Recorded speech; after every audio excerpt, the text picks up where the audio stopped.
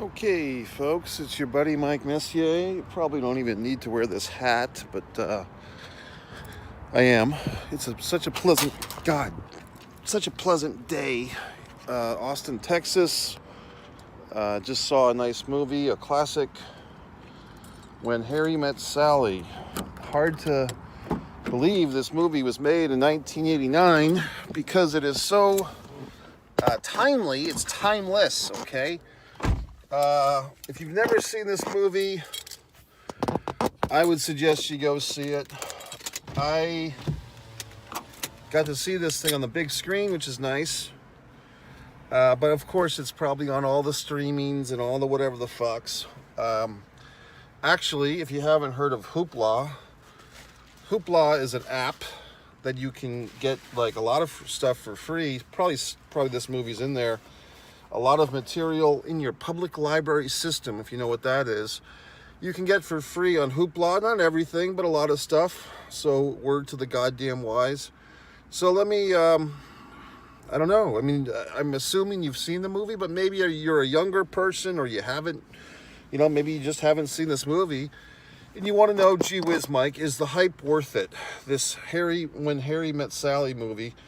It gives me a lot of thoughts. First of all, I mean, what a darling America. See, that's when America's sweetheart meant something for Meg Ryan. I mean, who would be America's sweetheart now? I don't think we have one. I think we have an America's slut heart. How about that? The Kim Kardashians and the so forth. Not to pick on people, but why not? Not to slut shame, but why not?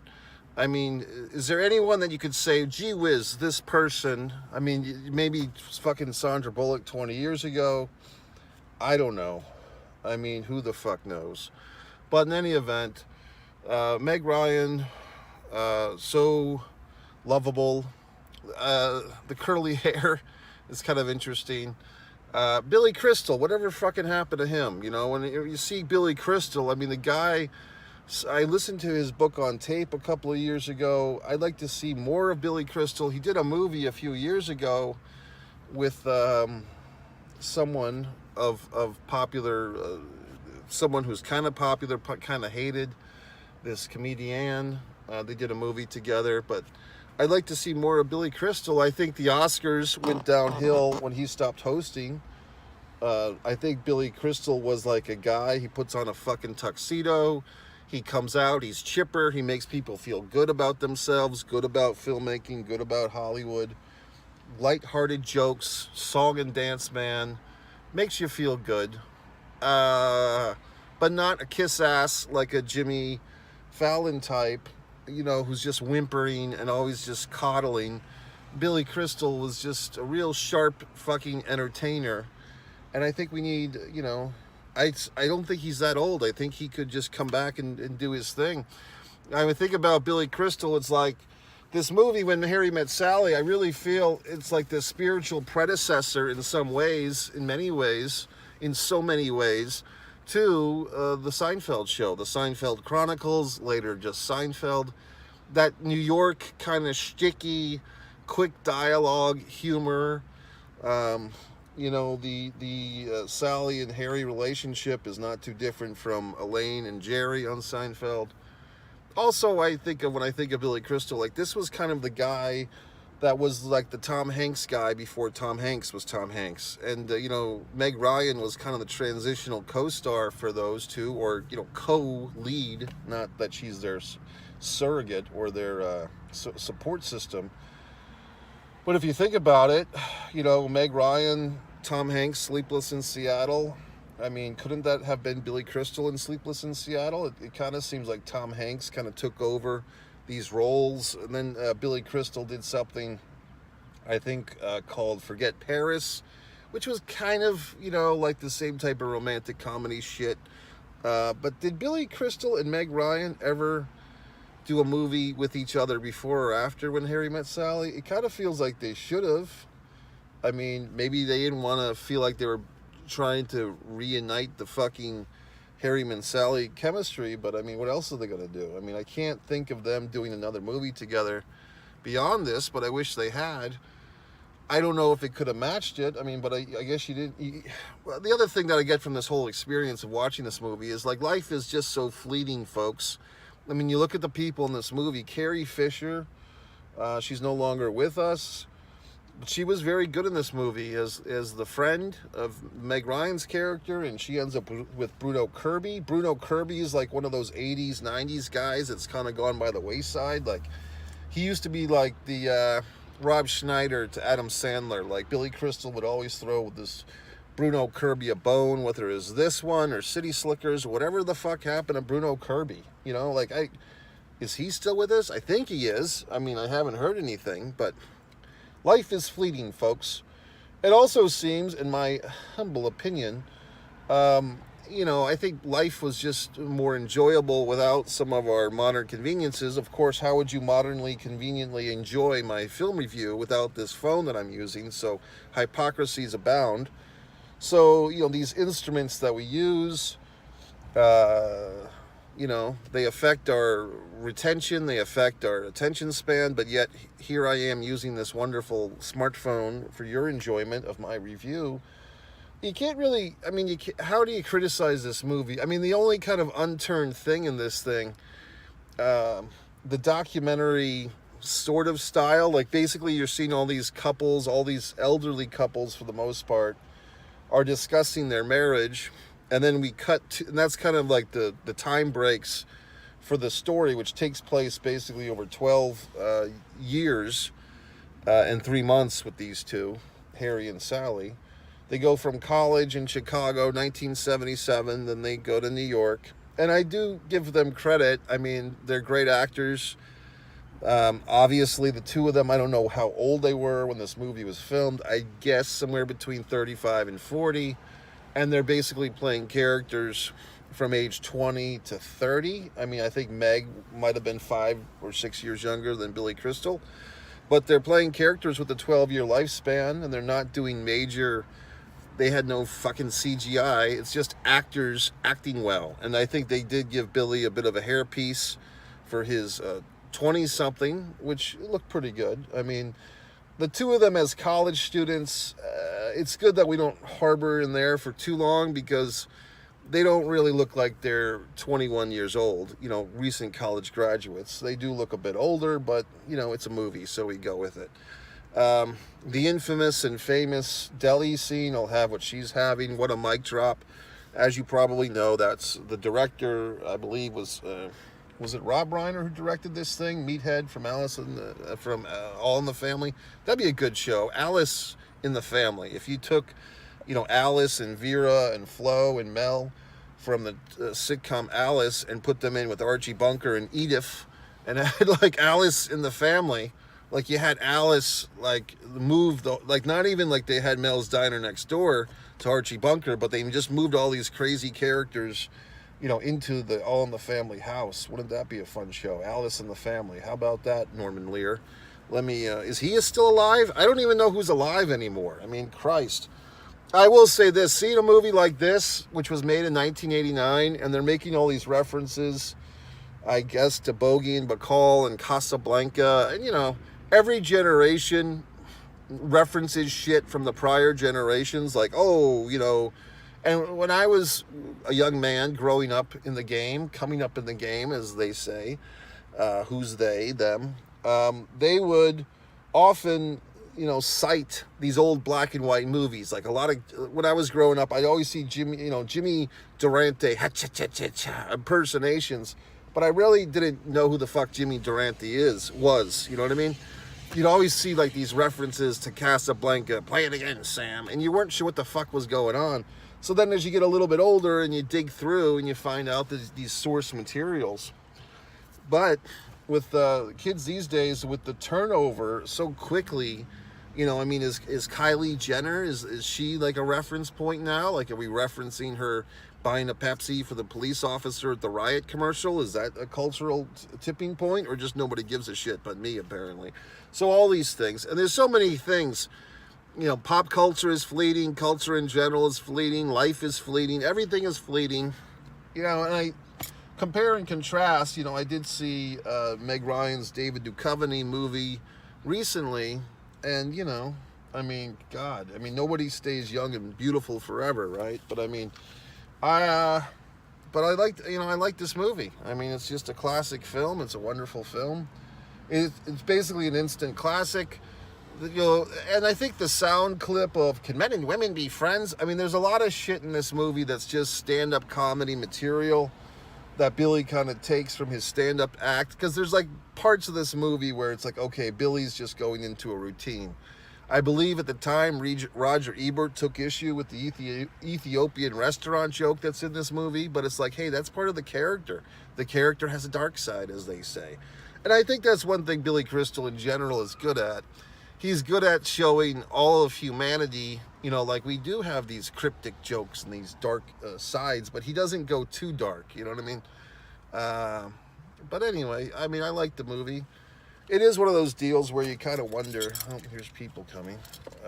Why did Harry and Sally take so long, even after they fornicated late into the movie kind of takes it downhill once they fornicate, because then it just becomes another, boy chases after girl, emotions type of shit.